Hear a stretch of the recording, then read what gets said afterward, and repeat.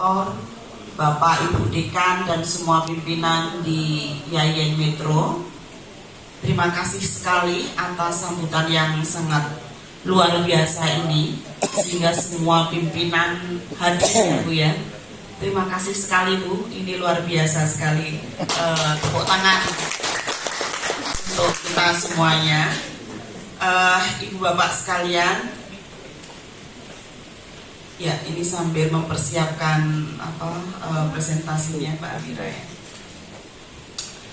Tadi sudah disampaikan oleh Ibu Rektor terkait dengan pentingnya kita menciptakan kawasan bebas kekerasan atau kampus bebas kekerasan, termasuk kekerasan seksual, yang itu tidak hanya menjadi tanggung jawab PSGA tetapi juga menjadi tanggung jawab kita semuanya gitu ya. Dan patut dibanggakan, Yayan Metro itu sudah termasuk satu dari 26 PTKIN yang sudah mempunyai komitmen untuk bagaimana mewujudkan kampus bebas dari kekerasan. Jadi tepatnya urutan ke-18 dari 26 yang ada. Ya masih mending ya, 18 dari 58 loh. Ya kan, tepuk tangan ya. Dan termasuk di tahun 2019 ya, yang kemarin bisa diwujudkan begitu. Mohon maaf, apakah ada persoalan ini Mbak Amir? Oke, sebentar.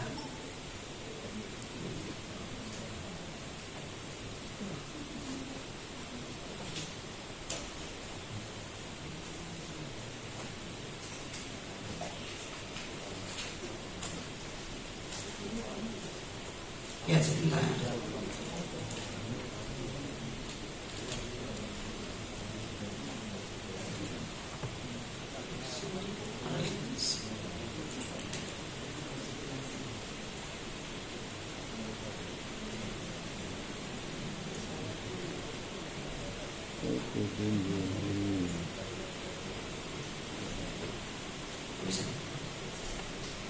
Yang saya hormati, perkenalkan, saya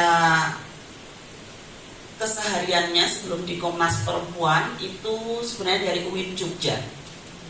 Jadi 25 tahun di UIN Jogja, maka profesor saya itu memang profesor di kajian gender, tapi dari Fakultas Dakwah dan Komunikasi. Nah, setelah itu saat ini mencoba untuk berproses di Jakarta, sehingga saya posisinya memang cuti sementara dari UIN Jogja. Tetapi di dalam mengemban misinya tetap, kalau kita punya tagline Bu di UIN Jogja itu UIN untuk bangsa, UIN mendunia. Nah, sehingga dimanapun kita singgah, saya diwanti-wanti sama Pak Rektor, tolong bawa juga nama UIN ya. Makanya tadi kita sudah lobby dengan Bu Rektor dan Pak WR untuk bagaimana kita punya maba terkait dengan literasi digital dengan kerjasama dengan Kominfo. Siap katanya begitu. Nah,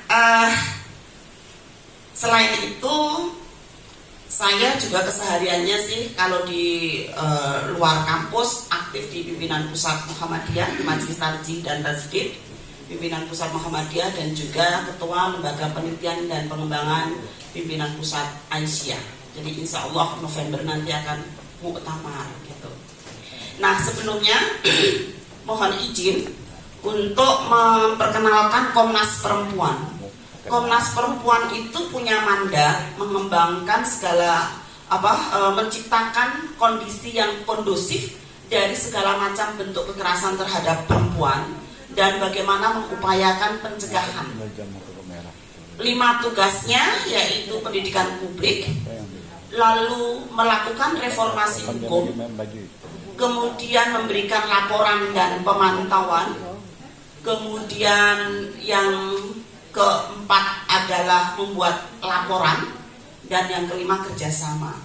Jadi kalau sekarang kami silaturahmi ke Yayan Metro, ini memang bagian daripada mandat Komnas Perempuan untuk bagaimana melakukan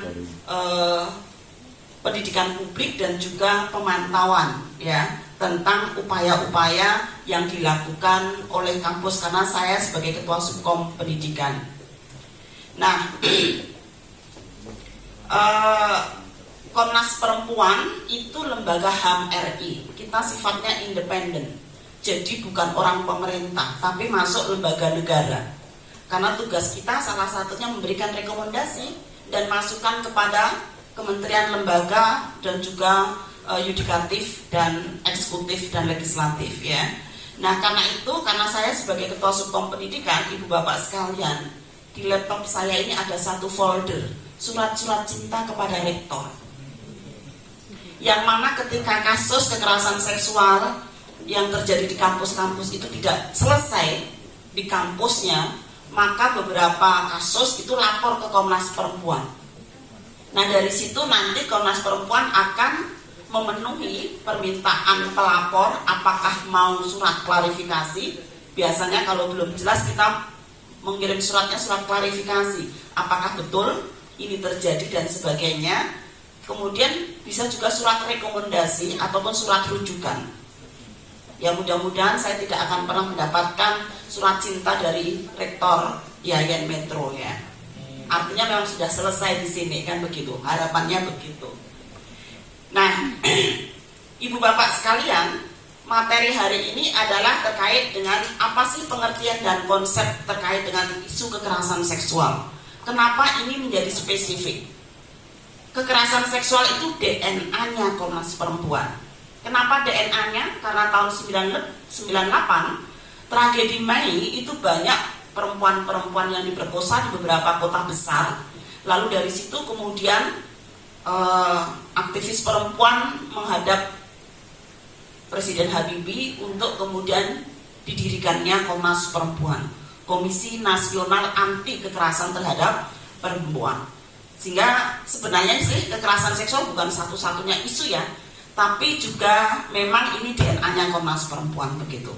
Karena itu kita akan bicara tentang pengertian dan konsepnya, lalu bagaimana ya aturan-aturan nasional dan internasional terkait dengan kekerasan seksual ini, upaya menghapuskannya di dalam lintasan sejarah, dan bagaimana kita kampus bisa mewujudkan itu. Sekilas itu yang akan kita coba sampaikan dalam waktu kurang lebih 15 menit ya. Baik, pertama adalah kekerasan seksual.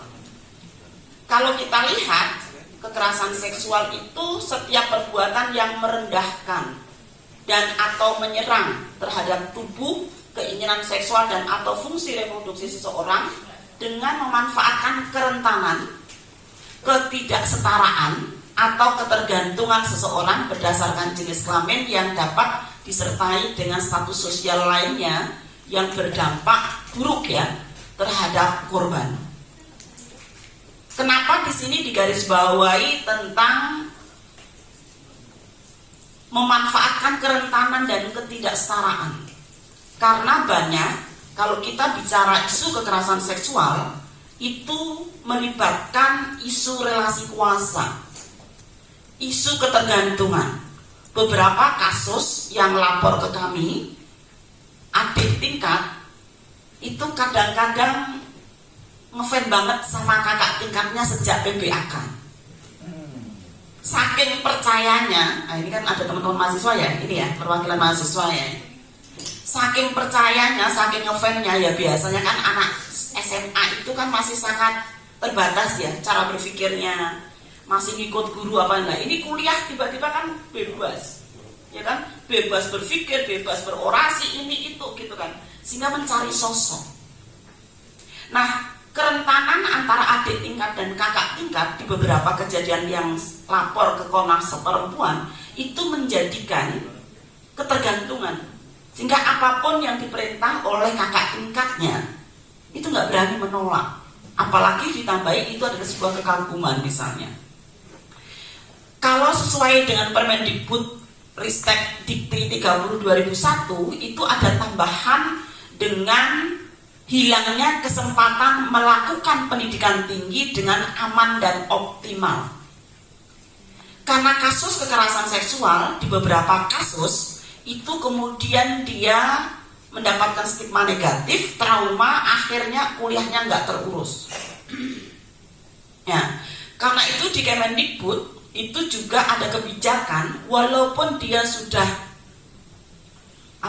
sudah tidak masuk misalnya beberapa kali, itu kemudian asal masih terdaftar di Dikti itu bisa dibuka kembali, misalnya begitu. Dan masa dia recovery trauma itu tidak bisa dihitung sebagai cuti. Ya, kalau karena kan supaya tidak hilang ya kesempatan belajar itu gitu ya. Nah, kemudian Ibu Bapak sekalian, selanjutnya ini berbagai macam ya. Ini kalau sesuai dengan Permendikbud Ristek Dikti. Ya, kalau yang sesuai dengan PMA sebentar lagi akan disahkan karena sudah berkali-kali pertemuan, dan Mbak Muflihah ini sebenarnya drafternya. Jadi Bu Muf ini termasuk orang penting Bu di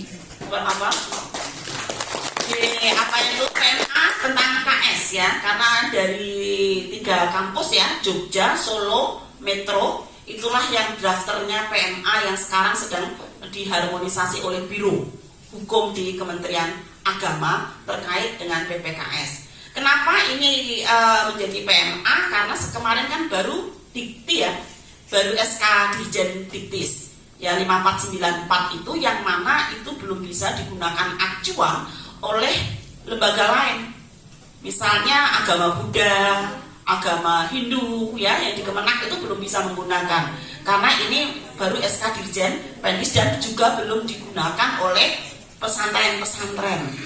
Karena itu PMA ini nanti dia akan diimplementasikan ke seluruh level pendidikan, baik di pesantren ataupun di non PTKIN. PTKIN sudah jauh lebih maju daripada perguruan tinggi yang non PTKIN di Kementerian Agama. Dan memang itu juga dikawal ya, ditemani oleh Komnas Perempuan ketika proses pembuatan SK Dirjen Pendis itu. Ibu Bapak, kalau kita lihat ya, ini ada sekitar 21 macam ya. Dari secara verbal, kekerasan verbal sampai percobaan perkosaan. Karena kalau di kampus ini kan terkait dengan kekerasan nanti kan sanksinya sanksi administrasi ya, bukan sanksi pidana kalau di kampus. Karena itu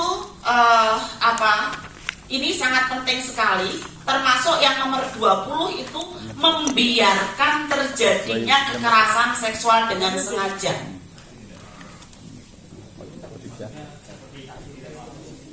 Saksi tidak melapor, betul, saksi tidak melapor, membiarkan, atau mungkin ada pejabat yang sudah dilaporkan tetap aja nggak bergeming, dianggap itu tidak ada, itu berarti termasuk membiarkan nanti gitu ya. Kalau yang di atas itu sudah banyak ya, baik dari elektronik maupun yang non elektronik. Nah, persoalannya kan Bu, lalu gimana nih bedakan antara ini kekerasan seksual, ini ekspresi keakraban, dan ini sebuah pujian? Gimana nih cara bedainnya? Ya kan? Misalnya nih, pandemi 2 tahun nggak ketemu, lalu kuliah offline, ya kan? Teman-teman, gitu-gitu kan? Lalu gimana itu? Cara bedainnya gitu? Nyambi. Maka nanti di undang-undang TPKS itu kalau kekerasan pelecehan seksual non fisik ya, pelecehan seksual non fisik Pak, ada kata-kata dengan maksud merendahkan, melecehkan begitu.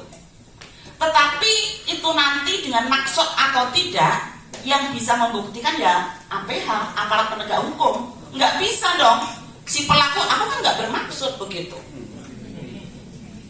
Sengaja. Maka dari itu ya, ini misalnya catcalling ya. Catcalling itu saya sampaikan dengan keramahan palsu. Ada satu kasus begini Ibu Bapak sekalian. Di kemarin mungkin ada yang baca di pesawat Garuda. Ada pramugari, ya kan, yang menawarkan, Bapak mau minum apa? Ingat ya Pak ya, minum susu. Lalu teman sebelahnya susu kanan atau susu kiri? Kira-kira ini dengan maksud nggak ya? Susu kayaknya Pak. Udah ngerti Ya kan? Saya yakin itu banyak orang pasti mengarahnya ke sana kan. Nah itu kan berarti dengan maksud kayak gitu. Kalau itu terbukti di pengadilan undang-undang TPS kita Pak, maka dia akan dipidana 9 bulan atau denda 10 juta rupiah. Non fisik itu.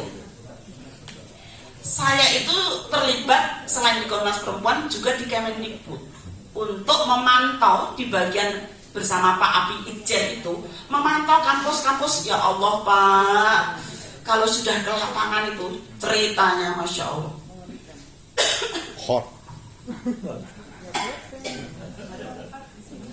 Namanya kampus lah,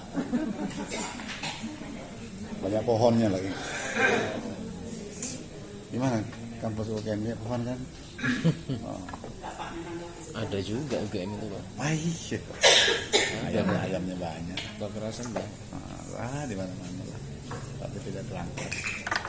Ada hangat. Ya, jadi kadang-kadang begini, pakai agama juga tuh. Lanjut Mbak, slide berikutnya. Misalnya begini, Ibu Bapak sekalian. Assalamualaikum cantik. Ya karena Nabi. Waalaikumsalam Bang ganteng. Waduh minum. Kadang-kadang ini nggak dijawab. Katanya jawab salam itu wajib, iya kan? Tapi kalau mau dijawab kok sambil lirak-lirik kayak genit, kayak bikin kita nggak nyaman ya, gitu ya. Kalau nggak kenal. Nah karena itu kemudian penting untuk memberikan pelatihan asertif ya, untuk mengatakan mohon maaf Bapak, saya tidak nyaman Bapak menyampaikan salam dengan seperti itu, gitu. Nah itu orang itu kalau sudah lapor sangat jarang kita temui, baru satu kejadian langsung lapor, itu sangat-sangat jarang.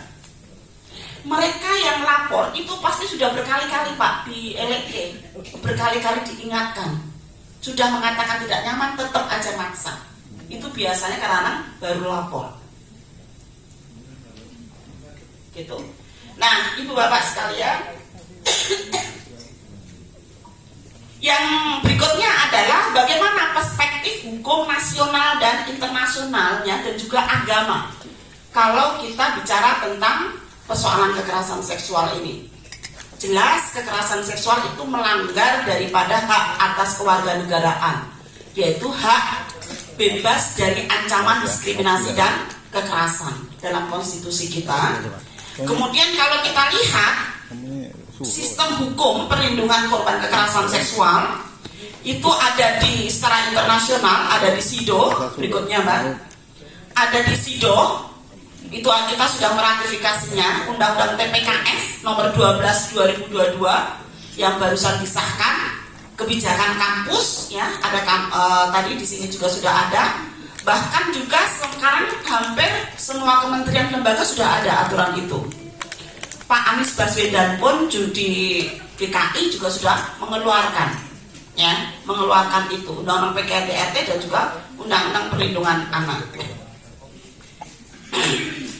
Kalau di SIDO secara internasional ya, bahwa karena kita sudah meratifikasi, maka lanjutnya kita harus ya mempunyai langkah-langkah untuk bagaimana mengatasi persoalan kekerasan seksual ini dengan nyata. Ini setiap laporan SIDO ditagih kita Indonesia ini. Kemarin itu Kemendikbud sejak cepat-cepat itu salah satunya karena memenuhi laporan SIDO, salah satunya. Sehingga ketika laporan SIDO, wah Indonesia di pendidikan sudah mulai ada kesadaran itu gitu. Karena kadang-kadang kita juga akan banyak catatan ya nanti di sebagai negara bagian daripada PBB ini, kalau kemudian kita tidak melakukan. Di dalam SIDO itu yang keempat itu termasuk menyiapkan data ya, data statistik. Seperti apa kondisi kekerasan seksual yang ada di setiap lembaga yang ada itu. Jadi memang data itu termasuk yang disarankan ya oleh SIDO gitu. Nah sekarang kalau di Undang-Undang TPKS kita coba share update-nya ya secara nasional. Mungkin Ibu Bapak yang dari bagian hukum sudah mengkaji ini. 6 elemen kunci di dalam Undang-Undang TPKS terkait dengan tindak pidana kekerasan seksual, lalu hukum acaranya khusus, pemidanaan sanksinya, dan juga tindakan penjabaran kepastian hukum dan hak korban disabilitas, pencegahan peran serta masyarakat, dan juga pemantauannya. Nah, terobosannya hukum di Undang-Undang TPKS yang baru ini menarik sekali, karena ini juga berdasarkan dari temuan-temuan Komnas Perempuan.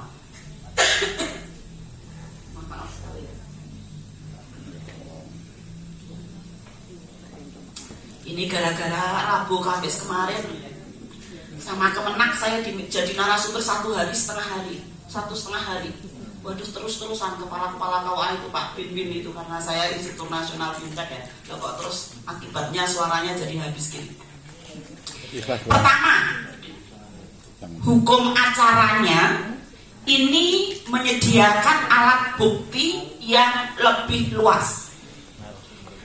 Kalau dulu sebelum ada Undang-Undang TPKS harus ada 3 alat bukti. Nah sekarang ini karena dalam realitasnya itu susah dibuktikan, maka 1, laporan korban, 2, catatan forensik psikolog itu sudah cukup. Ya. Jadi laporan korban dan catatan forensik psikolog itu sudah cukup sebagai alat bukti. Kalau dulu harus ada macam-macam ya. Sekarang rekening bank itu juga bisa menjadi alat bukti. Kemudian elektronik. Itu yang pertama. Yang kedua, larangan mengkriminalkan korban. Selama ini kenapa kasus KS itu susah? Karena dia akan dilaporkan balik atas pencemaran nama baik. Nah sekarang itu dilarang, dikriminalkan. Jadi tidak boleh ada korban lapor sebelum kasusnya selesai dia dilaporkan balik pencemaran nama baik. Sekarang oleh undang-undang nggak boleh. Lalu juga larangan aparat penegak hukum untuk merendahkan dan menyalahkan korban dan saksi dan membebankan pencarian alat bukti kepada korban. Selama ini kan korban harus membawa alat bukti. Nah sekarang itu tugasnya APH, aparat penegak hukum. Lalu juga larangan menghentikan kasus karena background pelaku. Misalnya anaknya pejabat, anaknya orang kaya, lalu dihentikan kasusnya di tengah jalan, itu juga dilarang. Dan melarang identitas korban untuk disebar ke media.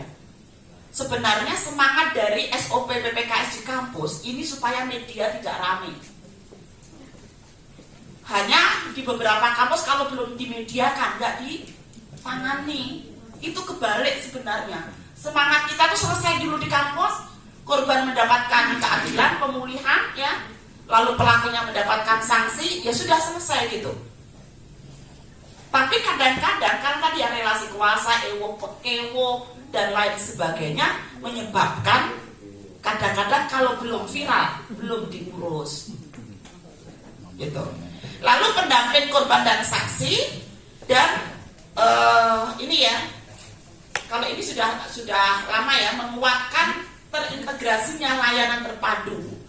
Jadi dari APH, rumah sakit, psikolog, lalu mungkin kalau itu kejadiannya di kampus misalnya, bagaimana ini SPP TPK-KTP, yaitu pelayanan terpadu secara terintegrasi. Dan yang terakhir, hakim wajib memutuskan hak atas restitusi. Jadi hak mendapatkan biaya ganti untuk pemulihan, untuk konsultasi begitu. Nah, kalau pelakunya sudah sangat miskin sekali, ibaratnya digeser aja nggak ada darahnya yang keluar gitu kan, Itu terus apa gitu? Ya negara wajib hadir gitu. Ya kan misalnya kan ini pelakunya ini kan orang miskin banget gitu kan. Sehingga nggak punya itu untuk membiayai apa restitusi apa ganti rugi dan sebagainya, maka negara harus hadir. Nah selanjutnya ini terkait dengan agama dan perlindungan perempuan. Ibu bapak mungkin nyampe sini juga ya, tentang perdebatan Permendikbudristek tentang kata-kata persetujuan. Ya enggak sih? Konsen, seksual konsen. Menurut saya ada miss di sini. Kita itu sedang membicarakan persetujuan korban, bukan persetujuan calon pelaku. Ya kan? Kalau kemudian yang dibayangkan adalah yuk, masalah itu berarti persetujuan calon pelaku toh ini. Kalau kayak gitu yang bukan itu yang kita maksudkan. Ini sudah terjadi, lalu kita pemeriksaan gimana gitu. Mohon maaf Bapak Ibu, di salah satu kampus, ya dari hasil kami ke lapangan ya, ada loh dosen itu minta tanda tangan di dalam mobil skripsinya dan mahasiswanya untuk melakukan handjob. Nah untuk bilang dalik ya, yang tidak tahu apa itu ya sudah nggak apa-apa. Apa itu Bu ya? Jopan itu ya?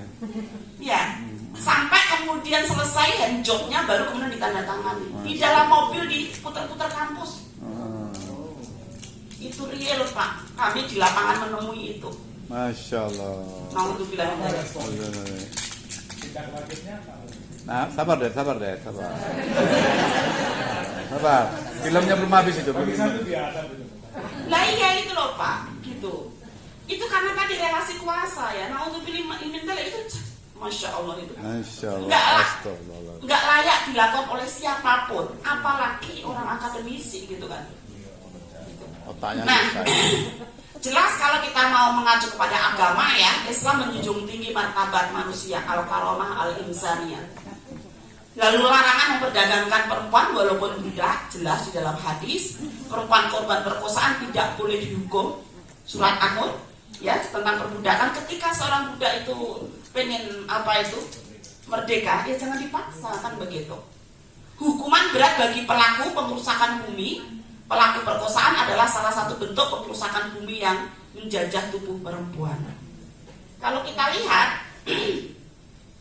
ini surat berikutnya ya, surat An-Nur tentang bagaimana budak perempuan yang bernama Musaihah disewakan atau dipaksa untuk melakukan perzinahan dan hasil dari perbuatan itu dinikmati oleh tuannya.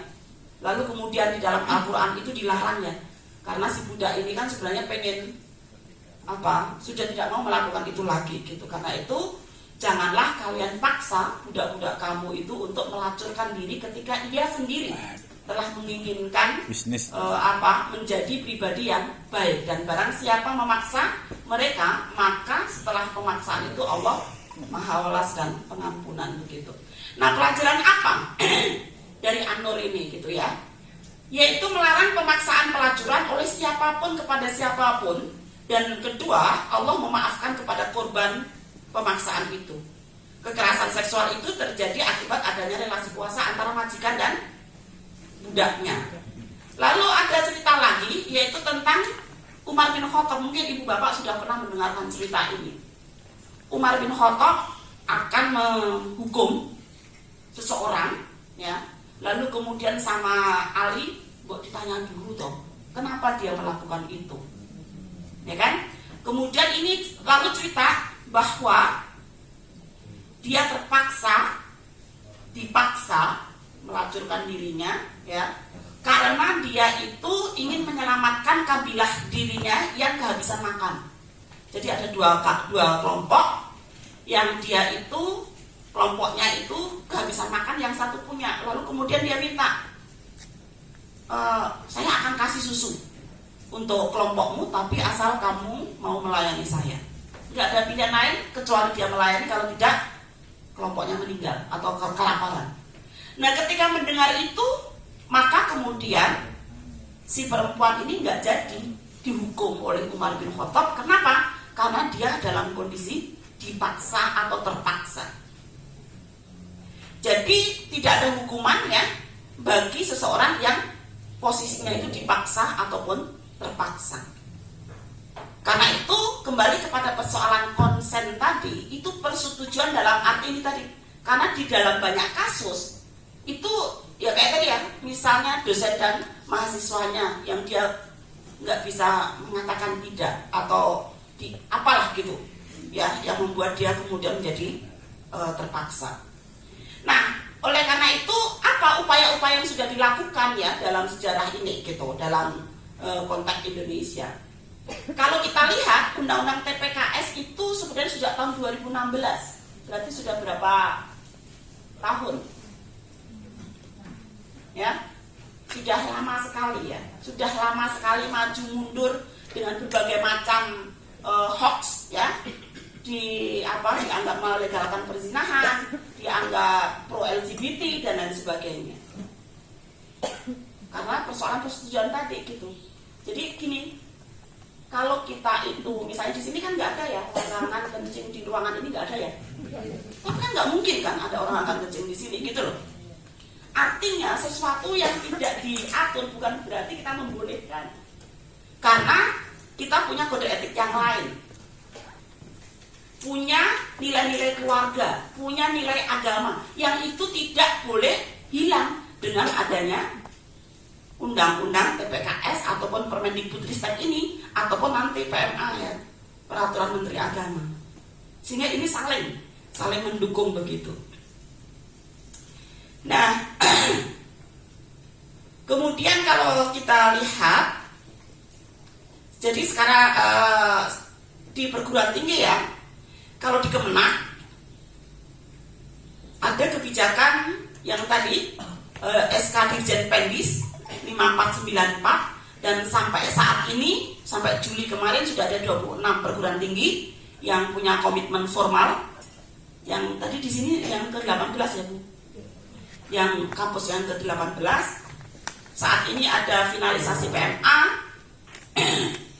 Nah, Kemendikbud itu 2 tahun lebih akhir daripada Kemenak dalam persoalan ini. Kemenak lebih maju daripada Kemendikbud. Kemudian Komnas Perempuan sebagai teman diskusi, dan kita punya MOU juga dengan Kemendikbud. Sampai kemarin sudah ada 59 perguruan tinggi umum yang sudah punya komitmen untuk bikin satgas dan lain sebagainya. Tapi ya masih tetap banyak PTKIN ya, dari 58, kalau ini kan 59 dari 4 ribuan kampus ya. Gitu.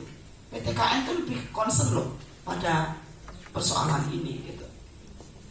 Nah, selama ini hanya 15% kasus KS itu yang bisa ditindaklanjuti sebelum Undang-Undang TPKS ini disahkan. Yang 85 ya tadi, kurang bukti, takut lapor, di revictimisasi gitu, tutup kasus dan sebagainya. Karena itu beberapa temuan dari Komnas Perempuan, ada aturan tapi belum banyak disupport. Bahkan yang sekarang muncul ini untuk jadi pengabdian masyarakat pun juga masih belum kehitung. Padahal dia itu nemani atau ngawal kasus itu dari A sampai Z-nya. Kemarin kita usulkan sih supaya bisa masuk pengabdian daripada dosen yang ikut yang membantu menyelesaikan kewajiban rektor ini gitu. Lalu terjadi relasi kuasa, pimpinan masih belum banyak berpihak, budaya misoginis masih terjadi, dan juga kadang-kadang penanganannya itu masih disamakan dengan penanganan kode etik lainnya.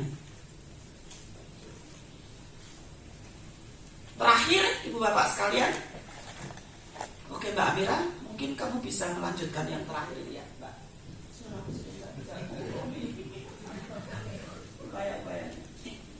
Ya, selamat siang menjelang sore Ibu Bapak dan teman-teman mahasiswa. Saya akan melanjutkan tentang upaya-upaya pencegahan dan penanganan sesuai Permendikbudristek Dan Undang-Undang TPKS ini kan dua kebijakan yang merupakan terobosan dalam pencegahan kekerasan seksual yang mungkin beberapa tahun belakangan ini juga sudah mulai banyak tergaung gitu ya, isu-isu kekerasan seksual terutama di lingkungan pendidikan, terutama di lingkungan kampus. Mungkin Bapak Ibu juga sempat tahun 2018-2019 sempat ada berita naik atas nama baik kampus. Itu kan juga mulai menyadarkan kesadaran publik mengenai ada isu kekerasan seksual adalah isu bersama, isu yang perlu ditanggapi secara serius dan direspons dengan Permendikbudristek 30 dan Undang-Undang Tindak Pidana Seksual nomor 12 tahun 2022. Berikutnya.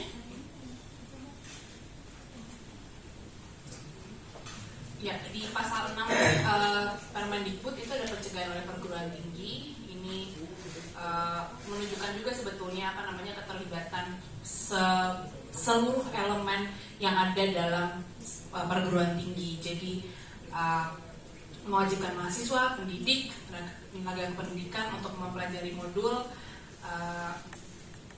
Kalau dari Kemendikbud, seingat saya memang mekanismenya memang ada pembelajaran atau misalnya Kemendikbud memfasilitasi peningkatan kapasitas pengetahuan Satgas. Itu di sini mungkin tidak terlalu jelas terlihat gitu ya, ada Spada Dikti, terus juga penguatan tata kelola, perubahan kebijakan, membentuk satuan tugas, menyusun pedoman, dan juga aturan-aturan yang memungkinkan adanya memungkinkan upaya bersama untuk mencegah terjadi kekerasan seksual dan juga penanganannya nanti kalau terjadi seperti apa. Kemudian juga penguatan budaya stop kekerasan dari komunitas mahasiswa, pendidik dan tenaga pendidikan. Berikutnya di pasal 7 pencegahan kekerasan seksual oleh pendidik dan tenaga pendidikan. Ini tadi yang saya maksud juga kebijakan kebiasaan yang terjadi di kampus-kampus juga membatasi pertemuan misalnya, terus peran aktif bagaimana dosen melalui kepala prodi, terus juga mahasiswa juga mengadvokasikan agar ada aturan misalnya membatasi pertemuan hanya di ruang-ruang tertentu gitu, hanya di kampus di jam-jam tertentu untuk menghindari terjadinya kekerasan seksual. Dan karena tadi seperti yang Prof. Alin sampaikan gitu ya, banyak yang memanfaatkan ruang-ruang abu-abu juga gitu, dianggap diajak jalan ke mana misalnya, dianggap atas dalihnya adalah bimbingan, padahal maksudnya memanfaatkan ruang-ruang atau jam-jam di luar jam kampus gitu. Terus juga yang pertemuan mungkin langsung di Undang-Undang TPKS saja pas berikutnya. Nah ini kalau di TPKS agak lebih luas gitu ya. Kalau tadi di Permendikbud memang cakupannya memang di perguruan tinggi, kalau dalam TPKS lebih luas keterlibatan masyarakat ini bisa melalui bidang pendidikan, keluarga, keagamaan, sarana dan prasarana publik, pemerintahan dan tata kelola kelembagaan, ekonomi dan ketenagakerjaan, kesejahteraan sosial, budaya, dan teknologi informatika. Ini mungkin poin yang terakhir, teknologi informatika juga jadi sangat penting pada saat ini karena naiknya kasus-kasus kekerasan seksual, kekerasan berbasis siber, kekerasan gender berbasis siber gitu. Dan yang poin yang penting juga penyelenggaraan pencegahan ini dilakukan dengan memperhatikan situasi konflik, bencana, peta geografis dan situasi khusus lainnya yang tentu perlu treatment atau perlakuan yang lebih spesifik yang tergantung konteks masing-masing situasi gitu. Mungkin bisa jadi ini akan diterjemahkan juga atau bisa diartikan juga untuk mungkin konteks pencegahan di satu kampus PTKIN dengan kampus PTKIN lainnya bisa jadi berbeda-beda karena ada kultur yang berbeda, ada dinamika yang berbeda, ada kebijakan yang berbeda dan sebagainya. Juga di Undang-Undang TPKS disebutkan gitu ya, pencegahan juga dilakukan pada satuan pendidikan dan tempat-tempat lainnya berpotensi jadi terjadinya tindak pidana kekerasan seksual. Di Komnas Perempuan mengeluarkan catatan tahunan setiap tahun gitu ya, bisa dilihat di kekerasan seksual dapat terjadi di mana saja, dan kalau melihat tempat yang berpotensi terjadinya tindak pidana kekerasan seksual amannya kita melihat kita berwaspada gitu, di mana saja bisa terjadi, di ruang privat, di ruang publik, tidak menutup juga kemungkinan di lingkungan pendidikan. Ya. Coba, oke, alhamdulillah sudah minum sudah enak.